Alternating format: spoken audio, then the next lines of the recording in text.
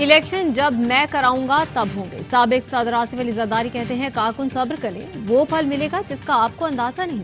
14 बरस जेल में मईशत पर बहुत सारा मुतालिया किया, दिफा पर बड़ा खर्च नहीं, ख्वामखा प्रोपेगेंडा किया जाता है।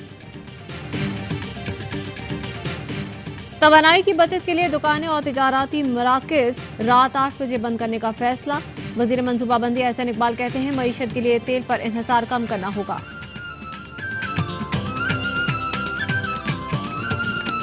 और ईरान सऊदी ताल्लुकात में मजीद पेशरफ्त। तेहरान ने 7 साल बाद सऊदी अरब में सिफारतखाना खोल दिया।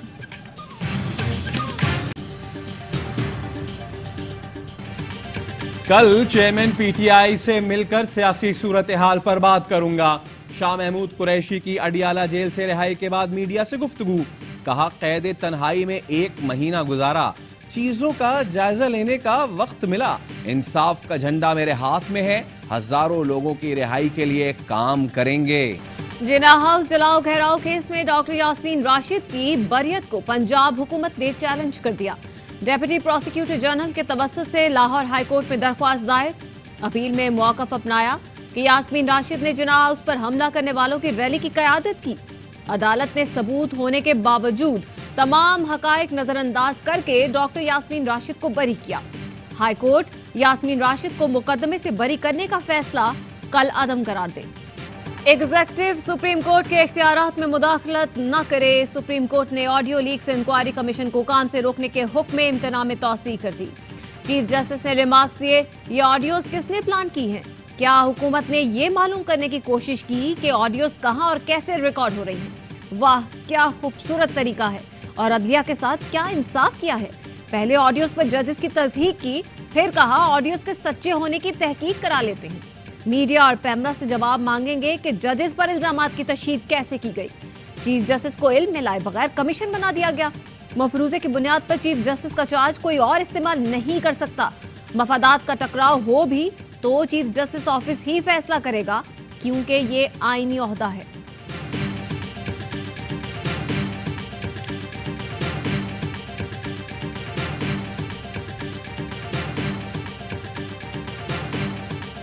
ये तो बड़ा आसान हो जाएगा। किसी भी जज को केस से हटाना है तो नाम लेकर ऑडियो बना दो।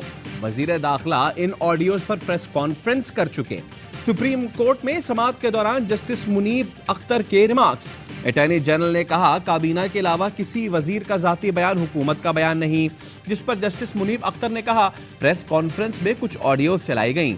क्या कानूनी तौर पर दुरुस्त है जिसे ऑडियोज की हकीकत का पता नहीं वो बेंच पर एतराज उठाए? वजीर दाखिला ने प्रेस कॉन्फ्रेंस क्यों की? ऑडियोज के दुरुस्त होने या ना होने से पहले ही हुकूमत ने अपना फैसला सुना दिया। तहकीकात के बगैर क्या प्रेस कॉन्फ्रेंसेस करनी चाहिए थी? ऐसे बयान के बाद तो इस वजीर को हटा दिया जाता या वो मुस्ताफी हो जाता है। अदालत ने बेंच पर एतराज से मुताल्लिक फैसला महफूज कर लिया। कर्ज चाहिए, खर्च घटाइए, आमदन बढ़ाइए। IMF का 2 टोक मौक़िफ़। वफाकी और सूबाई हुकूमतों के अखराजात में कमी का मुतालबा कर दिया। सब्सिडी महदूद करने के लिए दबाव। बजट में टैक्स आमदन का हदफ 10,000 अरब रुपए से जायद मुकर्रर करने की तजवीज़।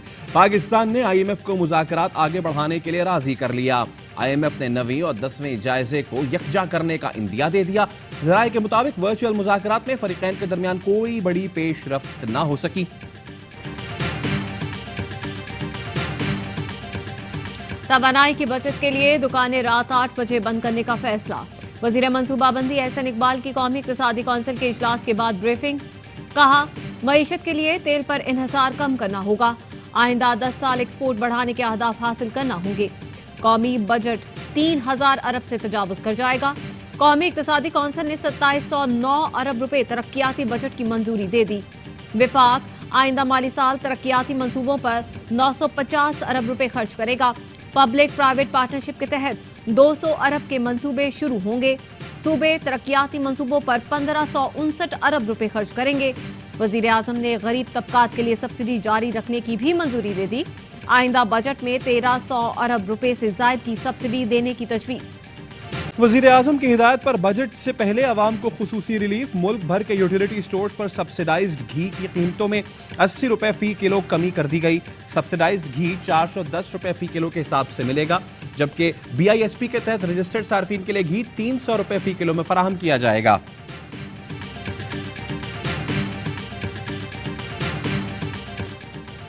पंजाब में तूफानी बारिश और यालाबारी, लाहौर में बड़े पैमाने पर नुकसानात। रावी रोड पर स्कूल की दीवार गिरने से 2 बच्चों समेत 3 अफराद जख्मी। माल रोड पर कदीम दरख्त गाड़ियों पर गिर गया, कोई जानी नुकसान नहीं हुआ। गड़ीशाऊ में करंट लगने से 11 बकरियां हलाक हो गईं।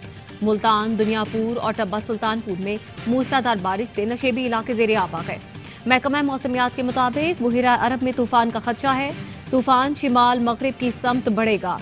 पाकिस्तान का कोई भी साहिली इलाका खतरे की जद में नहीं।